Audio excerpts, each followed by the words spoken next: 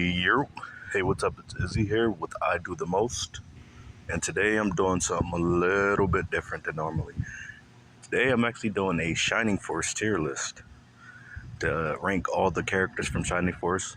S tier, of course, being the best, E tier being the worst, and this is completely subjective. This is my personal opinion, nothing more. So if you disagree, that's 100% fine. Let me know what you think down in the comments. If there's any characters that you think I got wrong on this tier list, and we can go rounds about this. No, I'm just playing, but I'm doing this in commemoration to my playthrough of the Shining Force game, because I'm planning on playing Shining Force 2 in the same manner that I did last time. I nuzlocked it. If you're not familiar with what nuzlocking is, in Pokemon, there's a strict set of rules that you place on your characters or on your Pokemon, in the case of Pokemon, where you have to name every one of them. But each of the characters in this game was named, so I kind of didn't worry about that part. But if your Pokemon faints in battles, they die for good, which means that you can't use them at all anymore. And that was the main rule that I pulled over into that game. It was a very fun playthrough, so if you're interested in that, go ahead and check it out. I'll link the playlist down in the comment section or in the description. It'll be in one of them, probably down in the comment section, right? But anyway, without further ado, let's jump into this.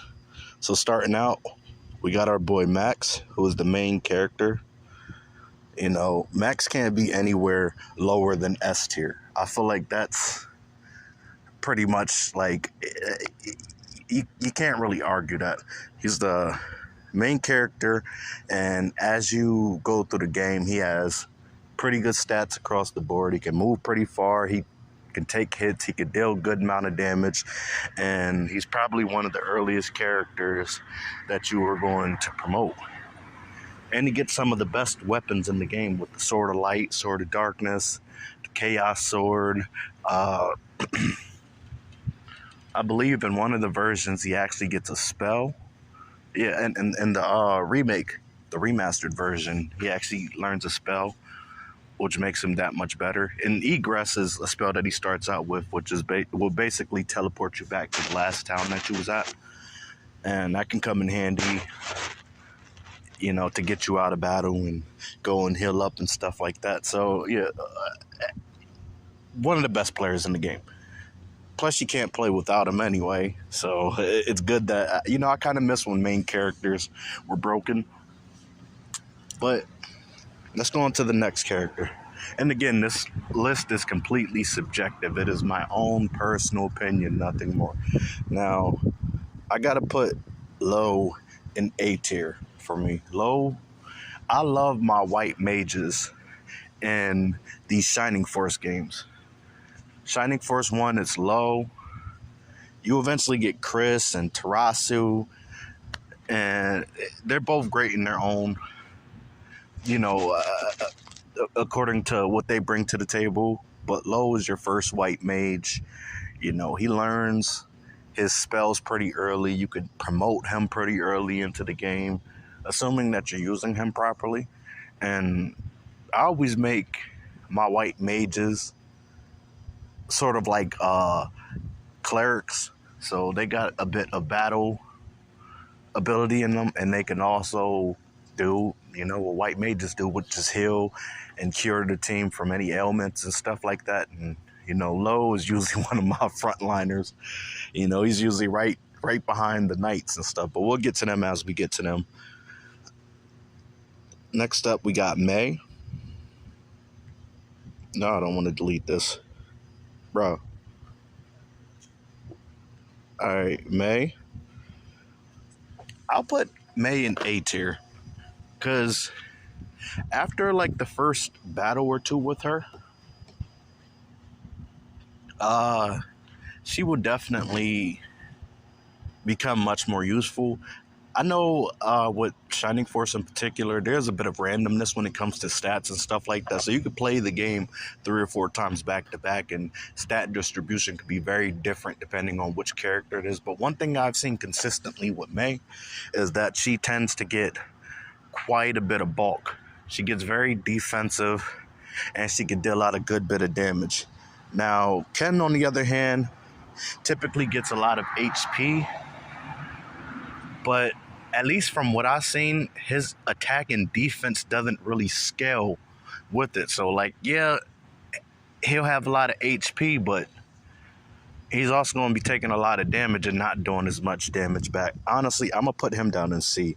I don't know what it is with Ken, but it seems like most of the playthroughs I've played through the game, he just kind of tends to fall behind. There are other knights that you get in the game, and we'll get to that when we get to that, but I don't think Ken is one of them that I would suggest using beyond a certain point in the game, depending on how your team comp is too, because, you know, if you got a team that's hyper aggressive, having knights on the team to just push forward and like take everything down that way, or if you want like a more balanced set and stuff like that, and you got to choose, you want to choose just maybe 2 knights on your team, I'd probably suggest not choosing Ken as one of them. All right, next up we got our first archer, which is Hans. I'm sorry, he's bottom of the barrel in my opinion.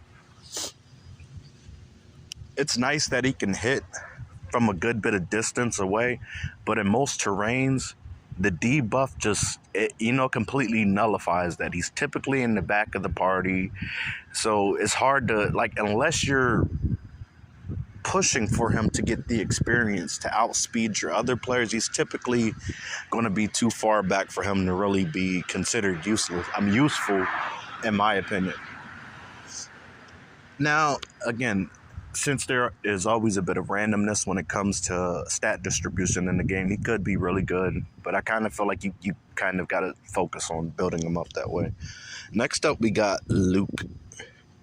Luke, for me, is somewhere between B and C. I wouldn't put him on the same... Yeah, I wouldn't put him in the same tier as Ken. You only get a couple warriors in the game, and Luke's fine. He'll do fine on pretty much any team that you use him on. He gets good range, decent range. He could take a decent amount of damage, and he can deal out a decent amount of damage. I forgot who's the bulky and who is the attacker out of the two. I think Luke gets more defense and Gort gets more attack, typically. One of the ways, but they both are kind of like 2 different coins of different size. But my personal bias, I think Gort is a little bit better than Luke, in my opinion. Just from my experience in playing the game, just because Gort just tends to not die as much. He's one-shotting enemies early on and stuff like that. And like just the way he's introduced into the game as well. If I take that into consideration for where I'm ranking him, I'll move him up to A for that, because when you go back to Manarina or whatever Guardiana, is it Guardiana or Manarina? I forgot what the first town in the game is, but when you go back there and you see that the town has been attacked and stuff like that, you do see Gort before you can actually acquire him, and he's kind of sitting at a bar, drinking away his misery, and then as the game go on, one cool thing that they have in the game is while you go to different towns and stuff like that, you can go to your actual base and talk to your characters. But when you first encounter, well, not first, but the second time you'll probably encounter Gort at the bar, you find out that he held off the soldiers by himself, and he kept everybody in there safe, and that just kind of lit a fire in him, and he's like, I'm ready to get back into battle. Come to find out, he used to be an old warrior, but whatever had kept him down, so for that reason, I'm gonna put him up in A, because his story is nice. Luke, Lo, and Taya, which is coming up next, they're the characters that you start out with, and Ken as well. Lo is Max's best friend, and I think Hans as well. Yeah, Hans also starts out on your starting team. Let's go on to Taya though. Teo though, or Tao, however you pronounce her name. I always say Teo because it just makes sense to me, and I've called her that since I was a child, since I first picked up Shining Force. Now Taya, or Teo, is the first black mage that you get in the game, and all the way through to the end of the game, considering there's a whole lot of undead enemies that are weak to fire, she is very useful. She could do a good bit of damage. She could take a hit or two if need be. And typically you don't want your mages taking too much damage, but should you need to, she could take a little bit of damage. My tails always end up becoming bulky as well. I don't know what it is. Maybe it's just a part of the way that they had intended her to scale. But I mean, she ain't gonna be bulky like a Gort or Luke or nothing. But as far as like mages go, she puts in some work in that category, and she learns her blaze spells pretty early, and she has an infinite pool of magic. Like, you'll never run out of magic with her after maybe third or fourth battle. Even learning the newer spell, especially if you manage it properly. Like, if you're just casting Blaze 2 on a single enemy, you're better off casting Blaze 1. I don't think Blaze 2 does much more, if any at all, more than hitting them with a Blaze 1, if I'm not mistaken. Or even if it does, it costs about twice the amount of mana. And in that situation, I say it ain't worth it. All right, next up, we got Gong. Yeah, Gong's just not good. Now, Gong doesn't require a weapon. He's pretty much a jack of all trades. But I wouldn't even give him that. I'd say he's like a 6 of all trades. Like, he's not well in any category. Once you get... I forgot the first teammate that you get when you go over your limit of your force that you can bring with you. But once you can replace a teammate, I'd say replace Gong. That's my personal opinion. He's just not great. He's not good. His healing magic becomes obsolete very early.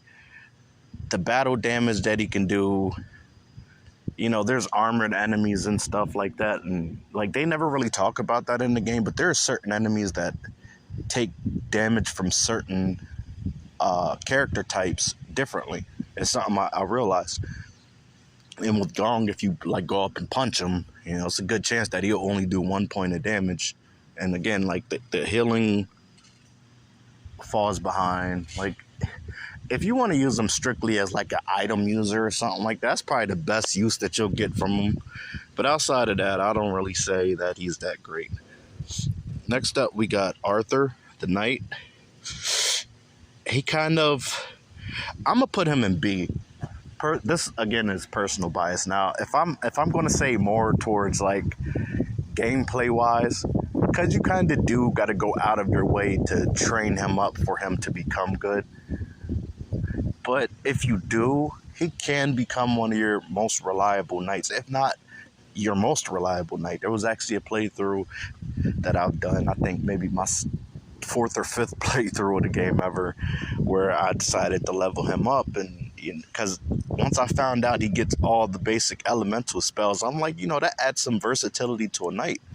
Plus, his stat, I don't think his HP ever really gets too high. He's not super bulky or nothing like that, but if you got him constantly in action and stuff like that, and he's up to level and stuff like that, he could be a very good companion. But if you don't, then straight to E tier. Next up, we got Henri. I'm gonna put Henri in A. Henri is sick. She's a good... all the black mages in the game are really good. I can't even lie. But compared to Teo, yeah, Freeze does more than Blaze, but it also costs more magic points. She has She cannot survive an attack like Taya can. Teo can. I keep saying Taya. This ain't Yu-Gi-Oh. She can't survive an attack like Teo can. And yeah, for that reason alone, I gotta put her in A. She uses more magic. I believe she can't move as far as well, if I'm not mistaken, and she can't take hits as well as Teo. So, but she's still a black mage, so she's useful. But also with the undead in the game, freeze becomes less useful as the game goes on. Now, I haven't used this app for too much, so I don't know what's going to happen if I do have to put another character in the A. Hopefully it expands itself, but we'll have to see when we get there. Next up, we got Chris on the list, which is our next white mage. I am going to put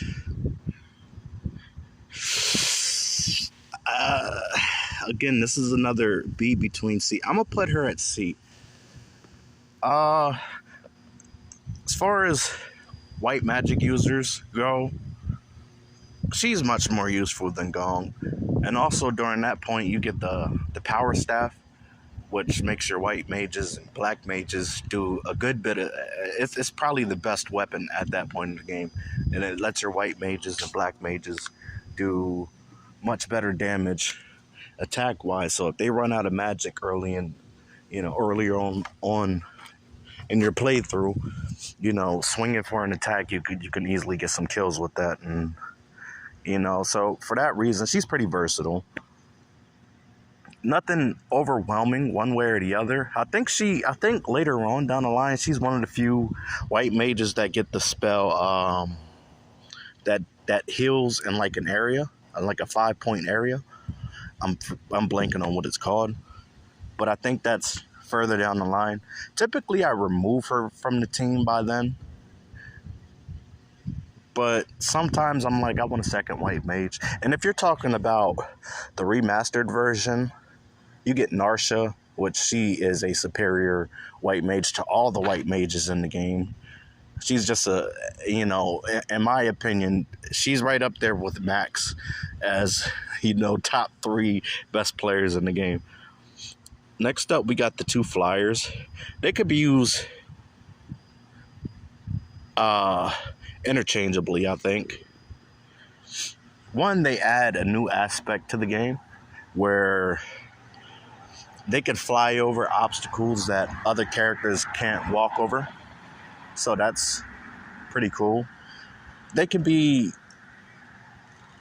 draw enemies closer because they aren't obstructed by, what type of land you're on.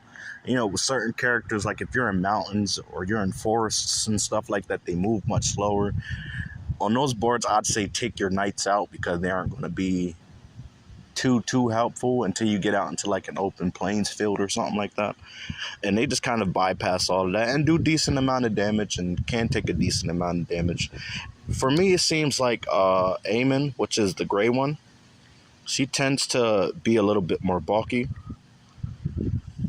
And Balbaroy, which is the male, the brown one, he tends to scale a bit more offensively. But again, I've had it where it was completely opposite, but that was more rare from when I played. Next up, we got Diane, the next archer. She's not as bad as Hans.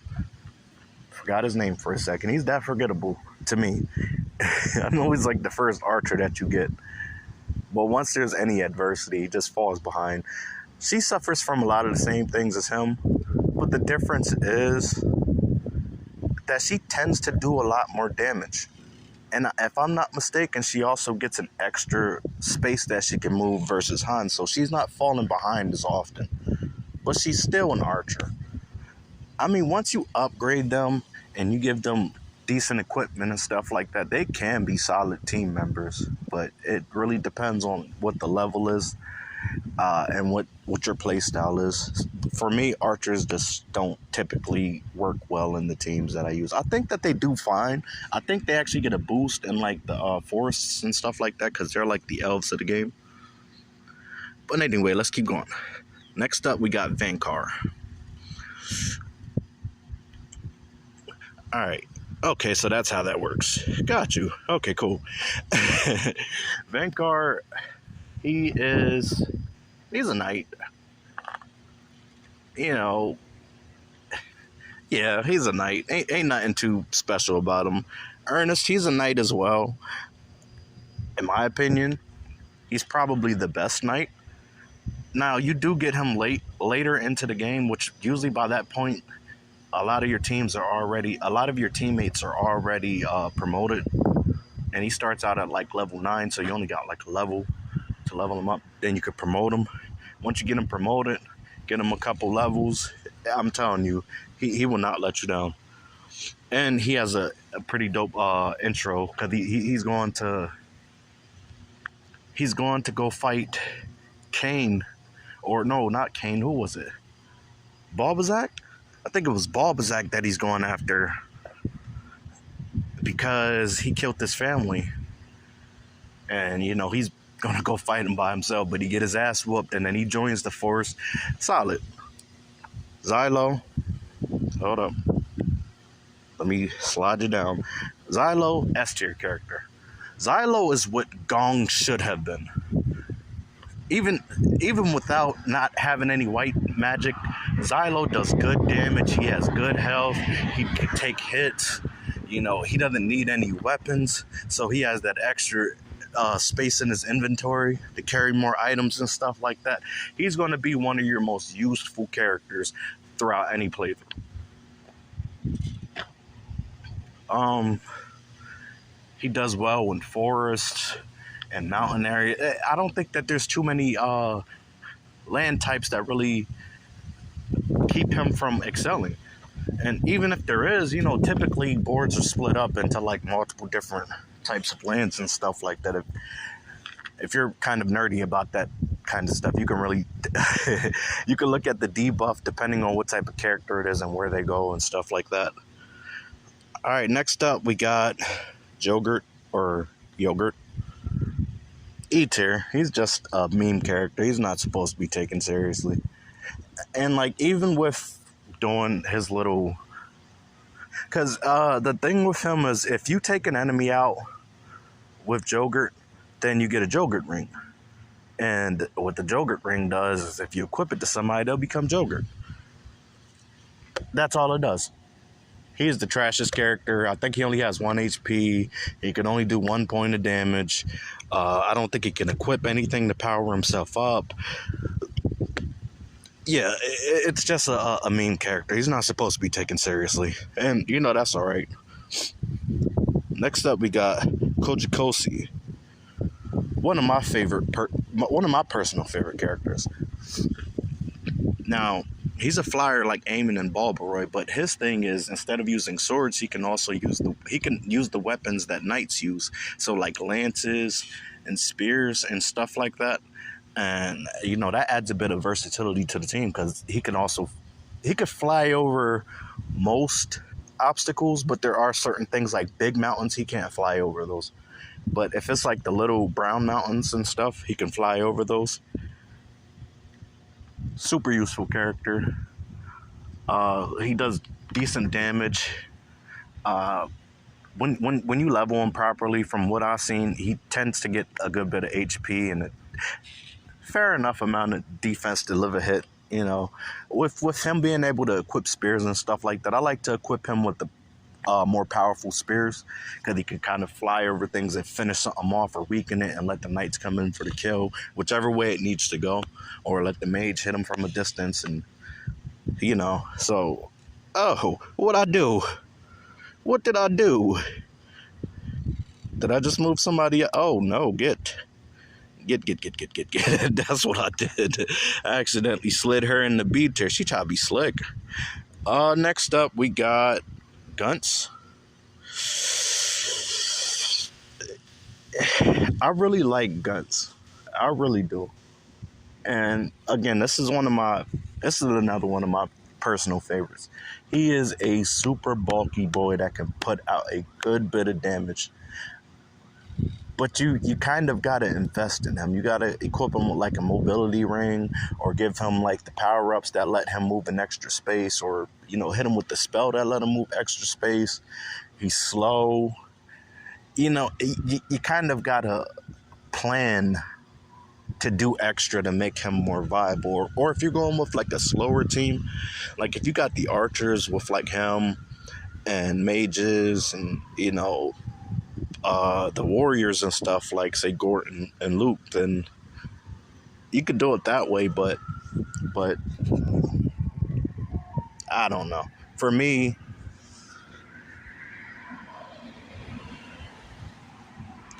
I'd like to put him in B tier because I go through all of that to make him viable.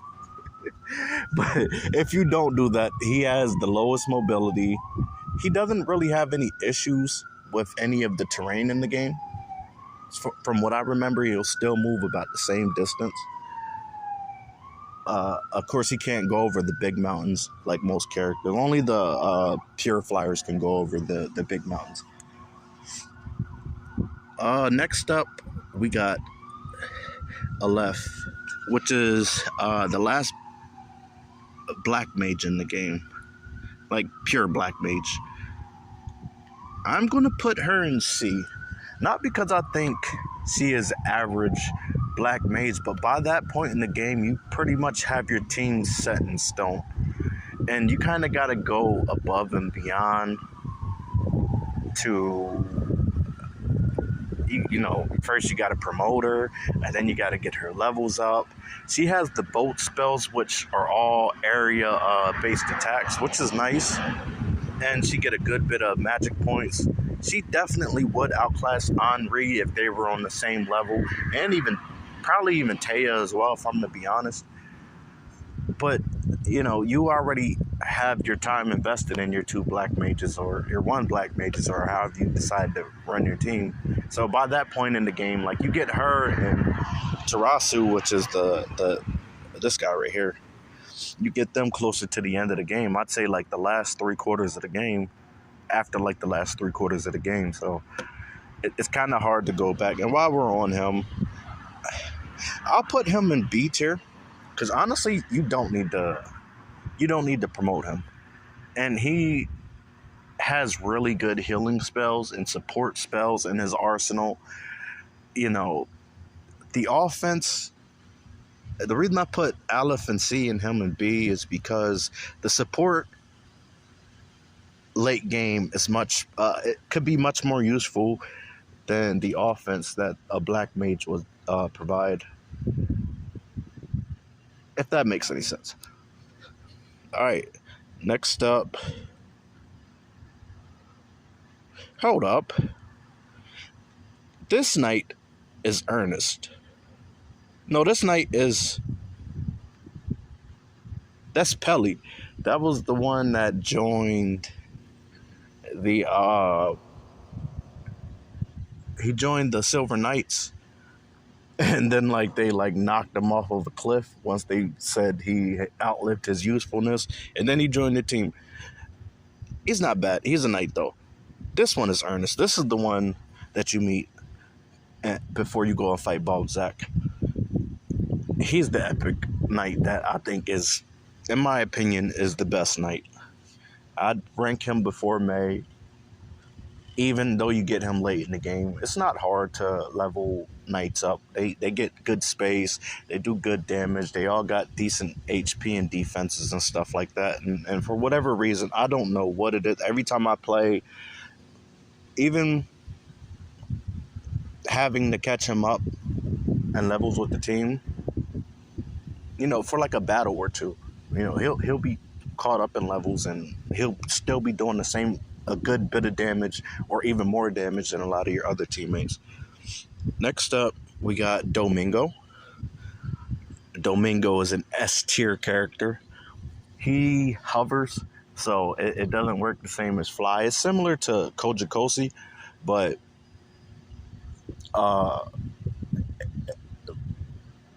Kojikosi, I believe, can get over other things that Domingo can't. But Domingo attacking wise, he's trash. He doesn't do anything with attack. But you could put him in the front and just let him absorb hits all day, and he will do that. But he also isn't really impacted by too much terrain. And his main catch is that he learns the freeze spell, and he gets all of his free spells really early. And I also think he learns boost as well, which boosts an area of attack on your team. And I feel like he gets some other spells, but those two are the main two spells right there. And I know Henri gets freeze as well, but with him levitate, he gains levels quickly. He can do a good bit of damage. He can absorb a lot of hits. His magic pool is endless, so you're never going to run out of magic points with him. He's probably never going to die unless you just like let him die. Like, even up to the end of the game, a lot of enemies aren't going to be doing much damage to him. And it's crazy. Now, granted, by the end of the game, him only being able to use the free spells and having cap on that. But if you hit him with like a freeze 4, that does a good chunk of damage, like 30 to 40 damage per hit each time you use it on them. And that's solid. And honestly, that makes him worth it. You get him by an egg in the game, and you got to hatch him. I think you get him about like halfway through the game or so. So it's not too late in the game that starting out with a level 1 on the team is bad. All you got to do is get a kill with him, with freeze. Just leave an enemy with a little bit of HP, kill it with freeze. Do that a couple times. He'll be up to level 5 or 6 before you know it, catching up with everybody else.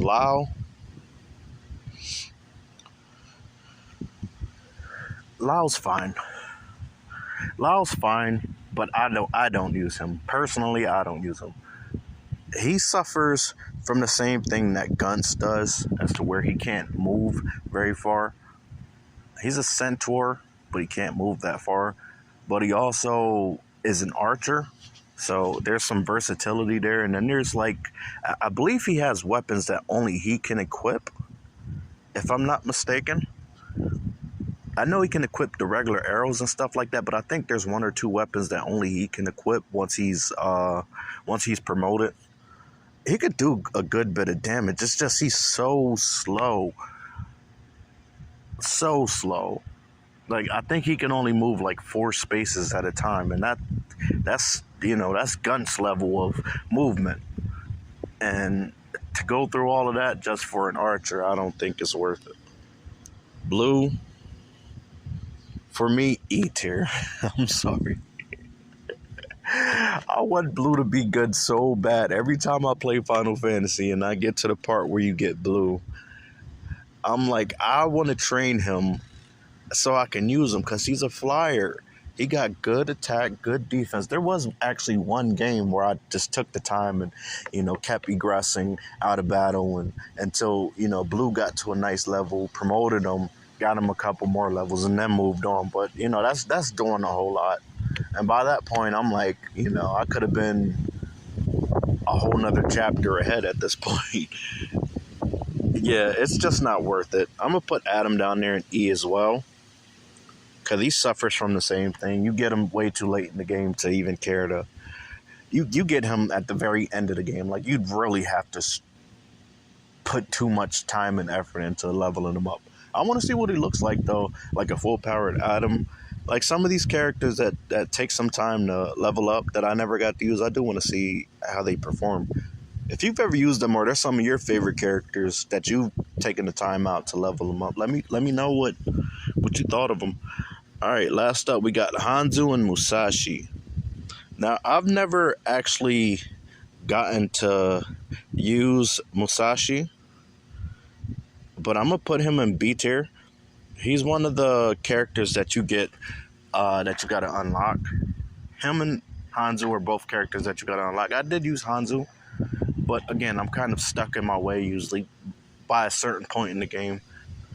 I got my team, and I'm happy with everybody's role and stuff like that. Hanzo, I'd put Hanzo up here. an A. I'll put him in A tier because he does get magic as well, and he can hit hard. Like if you ever played Shining Force 2, there's a character named Slade that you get early on, and once you start leveling Slade up, he becomes a ninja. He gets spells. He can do good damage. He can move far. You know, Hanzo was basically that for Shining Force 1. Musashi, I never got to use him, but he seems to just be an attacker with good bulk. It's fine.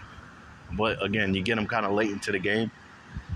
Not so late, not late like Adam or Blue, I believe.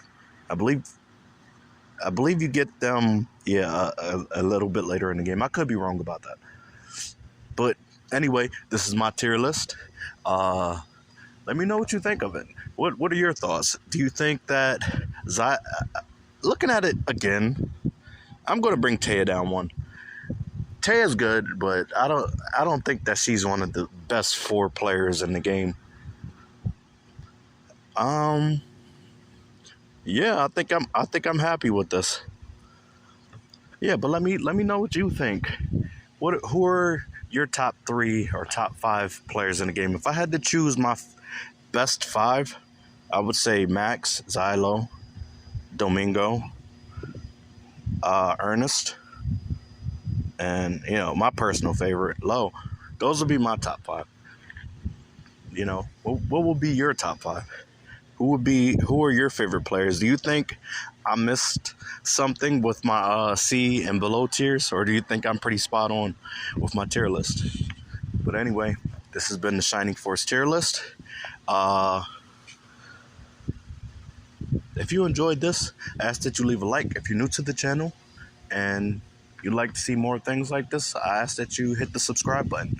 Help your boy out. I'm on my way to 250 subscribers. It'll be dope to have some new people come and check out the content. And let's build ourselves a little community of gamers. Also recently joined Discord, so if you're on Discord, we can keep in contact that way. I also stream live on Bigo a couple times a week. It's a bit more random though. But anyway, with that being said, I'm going to head out. You have yourself a good day. Peace.